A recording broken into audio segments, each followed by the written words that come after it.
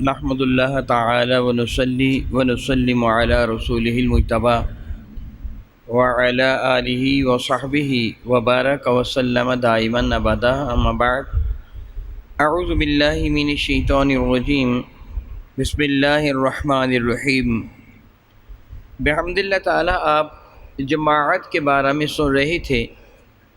بحمد اللہ تعالی اسلام دین فطرت ہے، اس کے سارے اصول اور تقاضے عین فطرت کے مطابق ہیں۔ اسلام نے اجتماعیت کا حکم دیا، ایک دوسرے کے ساتھ مل بیٹھنا، ایک دوسرے کا خیال کرنا، ایک دوسرے سے محبت کرنا، ایک دوسرے کا احساس کرنا۔ اسلام نے اس کی بہت زیادہ فضیلت ذکر فرمائی ہے۔ میری اور آپ کے کریم آقا رسول عربی کے ارشاد گرامی قدر ہے، خیر الناس من ینفع الناس، انسانوں میں بہترین انسان وہ ہوتا ہے جو دوسرے انسانوں کے کام آتا ہے۔ بیمار کی تیمارداری کرنا، مسلمان کو سلام کرنا، اس کی نماز جنازہ میں شرکت کرنا، اس کے ساتھ اظہار محبت کرنا بہت بڑی فضیلت کا باعث ہے۔ یہ آپس میں ایک دوسرے کے ساتھ متعلق رہنا، ایک دوسرے سے باخبر رہنا، جماعت کا ایک مقصد یہ بھی ہے۔ اللہ رب العزت جل وعلا نے ہمیں 5 وقت بعد جماعت نماز ادا کرنے کا حکم دیا۔ ایک تو یہ ہے کہ ایک دوسرے سے تم مطلع رہو گے، اس کی حالت سے تم باخبر ہوگے، وہ نہ آئے گا تمہیں احساس ہوگا فلاں نہیں آیا، اس بنا پہ آپ اس کی تیمارداری کر سکو گے، اس کی مصیبت کے کام میں، مصیبت کے وقت اس کے کام آ سکو گے، وغیرہ وغیرہ۔ اسلام نے دوسرا یہ اس لیے جماعت کو لازم قرار دیا کہ اگر 100 آدمی نماز ادا کرے، رب کائنات جل وعلا بڑا ہی کریم ہے، ان 100 میں سے ایک کی نماز بھی قبول ہو جائے، کوئی عجب نہیں کہ اللہ تعالیٰ اس کے صدقہ سے باقیوں کی بھی قبول کر لے گا۔ اللہ رب العزت جل وعلا اجر عطا فرما دیتا ہے۔ اسلام نے اجتماعیت کے لیے ایک دن میں 5 مرتبہ پرائمری سطح پر آپس میں مل کر نماز ادا کرنے کو حکم دیا، اور مڈل سطح پر ہر جمعۃ المبارک کو اکٹھے ہو کر نماز پڑھنے کو حکم دیا، اور اسی طرح رب کائنات جل وعلا نے ہائی سطح پر عید کے موقع پر سب لوگوں کو اکٹھا ہونے کے ساتھ نماز ادا کرنے کو حکم دیا۔ انٹرنیشنل سطح پر حج کے موقع پر پوری دنیا کے مسلمانوں کو اکٹھا ہونے کا حکم دیا۔ یعنی اسلام نے اجتماعیت کا حکم دیا ہے۔ اسی لیے علماء کرام ارشاد فرماتے ہیں حدیث نبویہ کے حوالہ سے کہ با جماعت نماز کا ادا کرنا واجب ہے، یعنی با جماعت نماز ادا کرنا واجب ہے۔ اگر کوئی عذر نہ ہو تو بلا عذر آدمی جان بوجھ کے جماعت چھوڑ کے نماز پڑھے تو علماء کرام فرماتے اس کی نماز نہیں ہوئی۔ جو بالخصوص مساجد کے قریب رہنے والے ہیں ان کو چاہیے کہ مسجد کے اندر ہی نماز ادا کریں۔ 5 وقت کی نماز یہ واجب ہے۔ نماز تراویح یہ سنت مؤکدہ علی الکفایہ ہے۔ میرے اور آپ کے کریم آقا تاجدار ارب شفیع معظم رحمت عالم صلی اللہ علیہ وسلم نے نماز تراویح با جماعت ادا نہیں فرمائی ہے۔ چند دن میرے کریم آقا نے صلاۃ اللیل کے طور پر، یاد رکھیے تراویح یہ ترویحہ کی جمع ہے۔ ترویحہ راحت سے ہے، راحت کہتے ہیں آرام کرنے کو، سکون لینے کو۔ نماز تراویح کی 4 رکعتیں ادا کر کے تھوڑی دیر بیٹھ جانا تاکہ کوئی سکون ہو جائے، پھر اگلی 4 رکعتیں ادا کرنا، یہ ایک ترویحہ کہلواتا ہے، درمیان میں ایک راحت کے لیے ٹھہرنا۔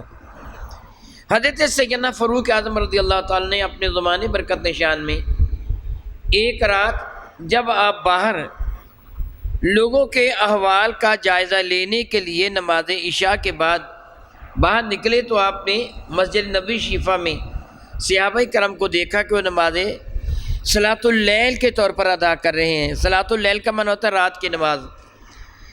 یہ بھی تھوڑی سی وضاحت میں کر دوں، یاد رکھیے کہ نماز عشاء پڑھنے کے بعد آپ جتنے بھی نوافل پڑھیں گے سارے صلاۃ اللیل کہلواتے ہیں۔ نماز عشاء بھی اگرچہ صلاۃ اللیل ہے لیکن نوافل صلاۃ اللیل کہلواتے ہیں۔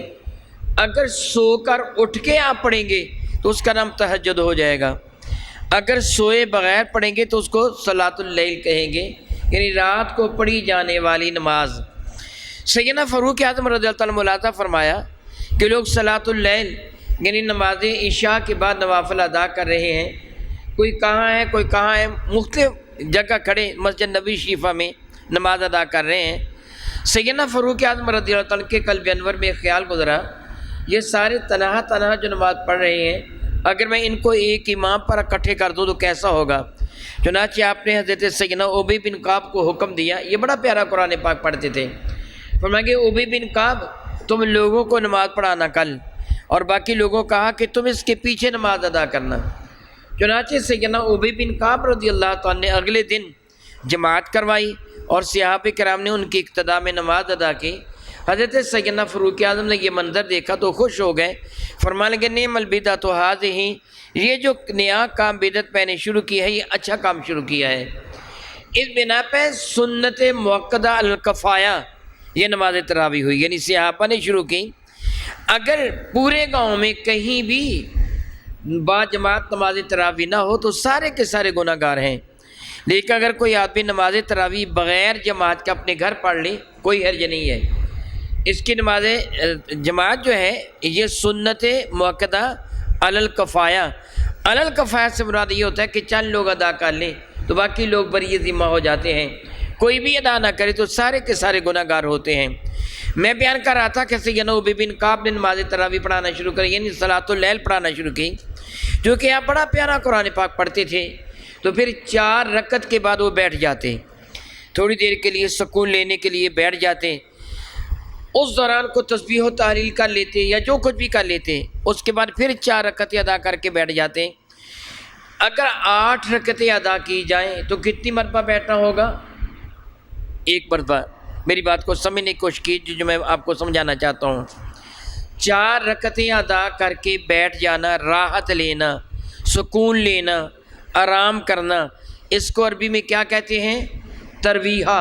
کیا کہتے ہیں؟ ترویحہ، مراد راحت لینا، آرام لینا۔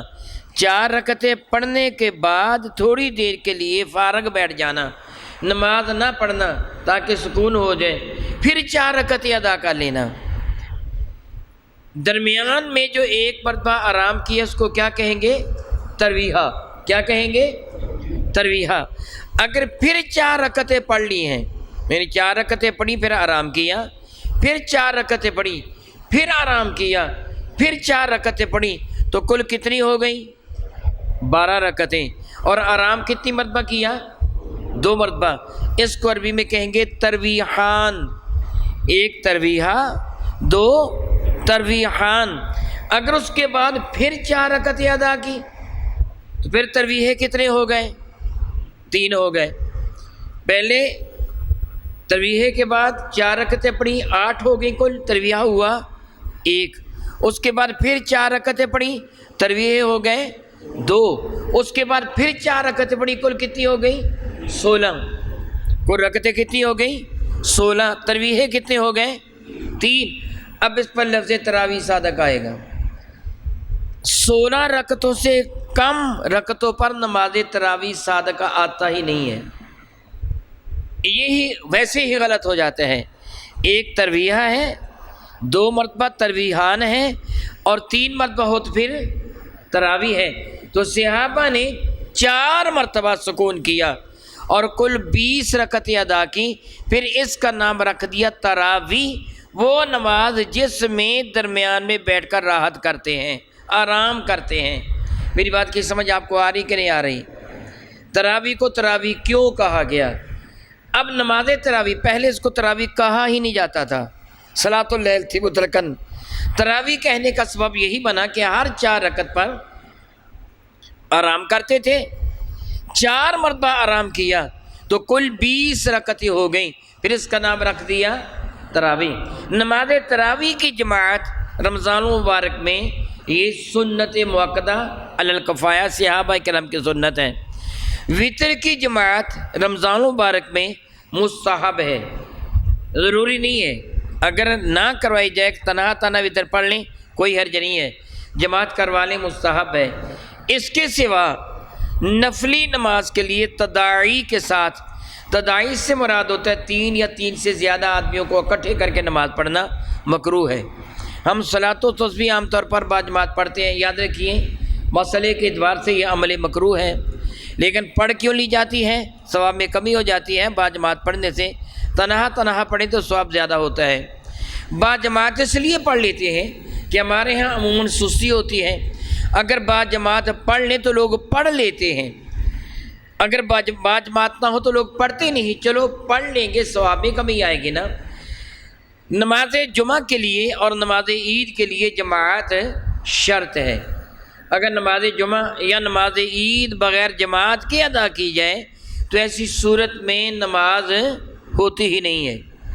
اس لیے اگر کسی کا جمعہ رہ جائے، وہ با جماعت نماز جمعہ ادا نہ کر سکے تو اس کو نماز ظہر ادا کرنا ہوگی، وہ جمعہ ادا نہیں کر سکتا۔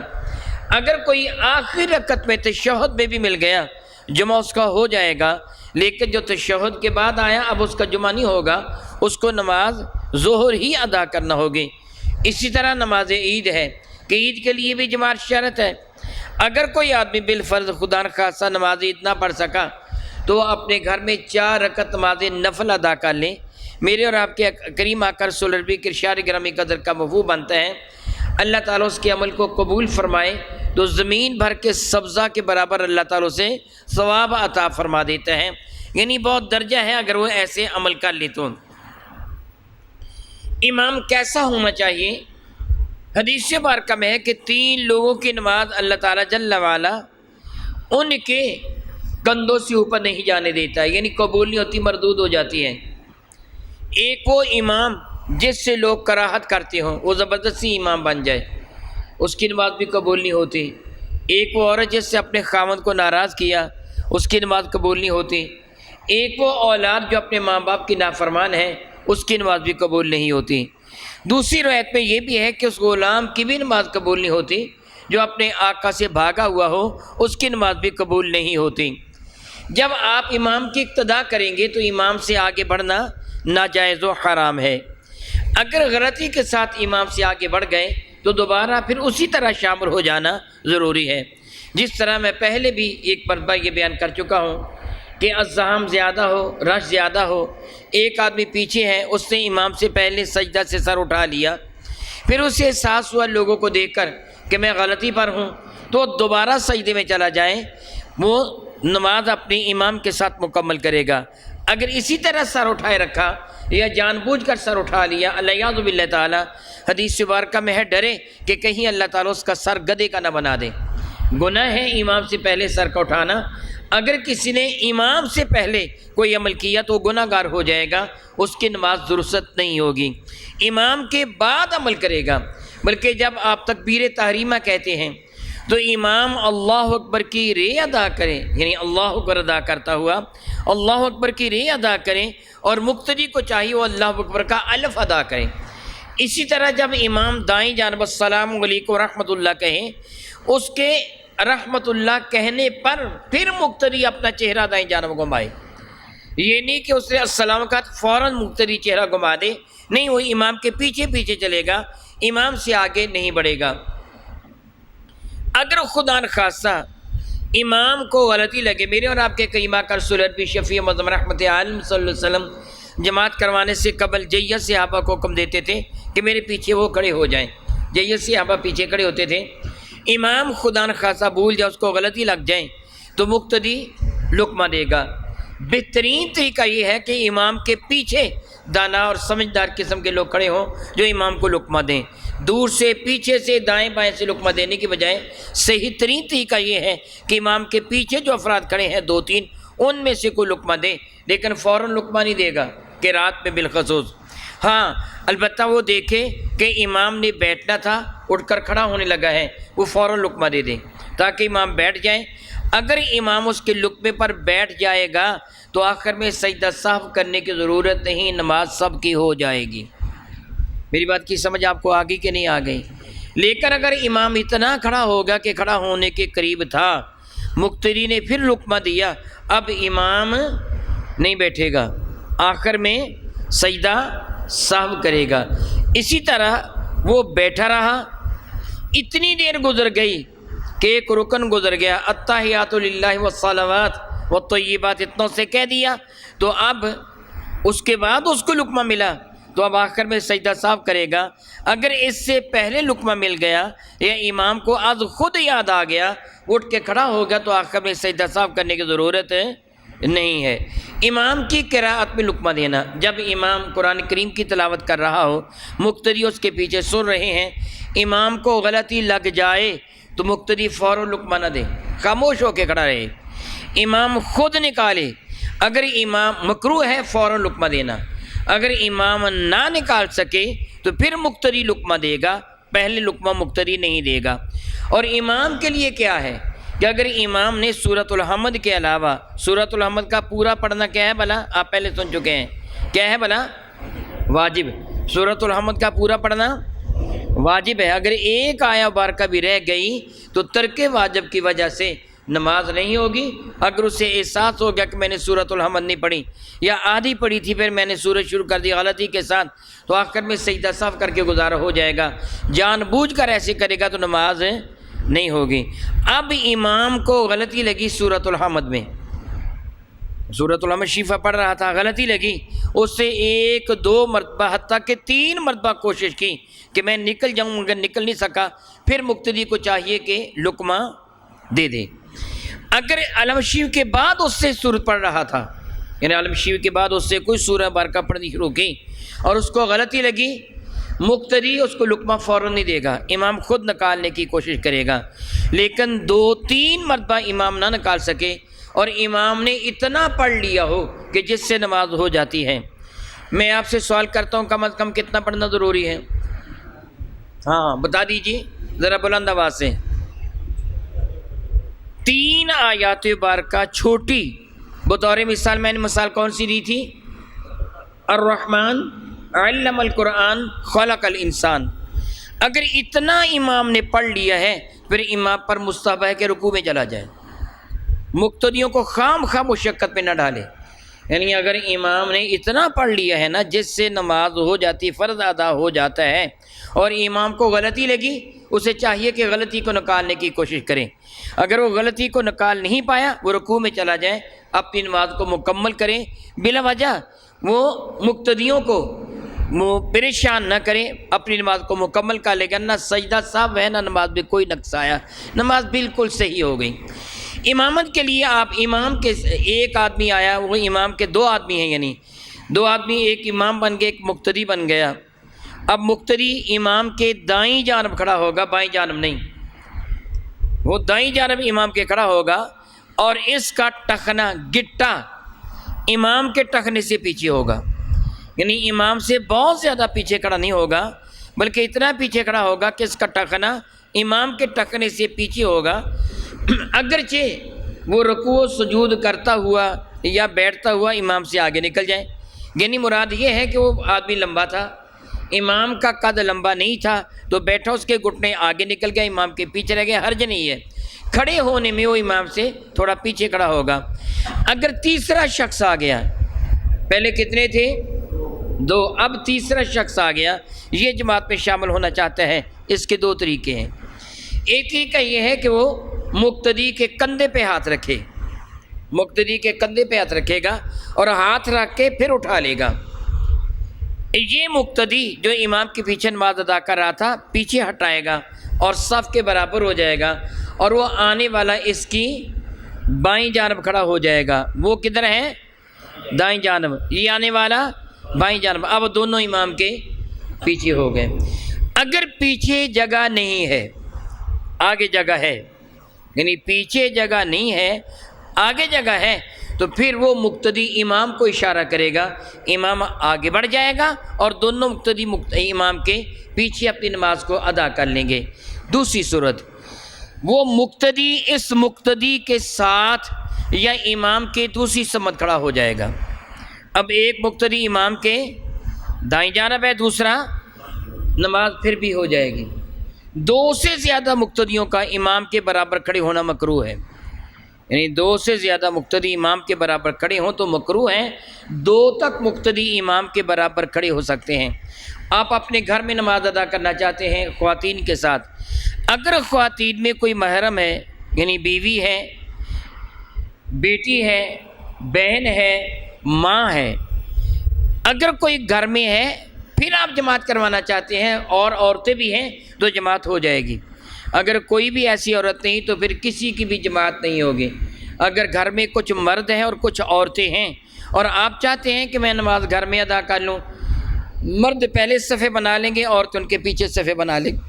اگر ایک مرد ہے تو مرد امام کے برابر کھڑا ہو جائے گا، اس کے پیچھے خواتین صفے بنا لیں گی، اس طرح نماز ہو جائے گی۔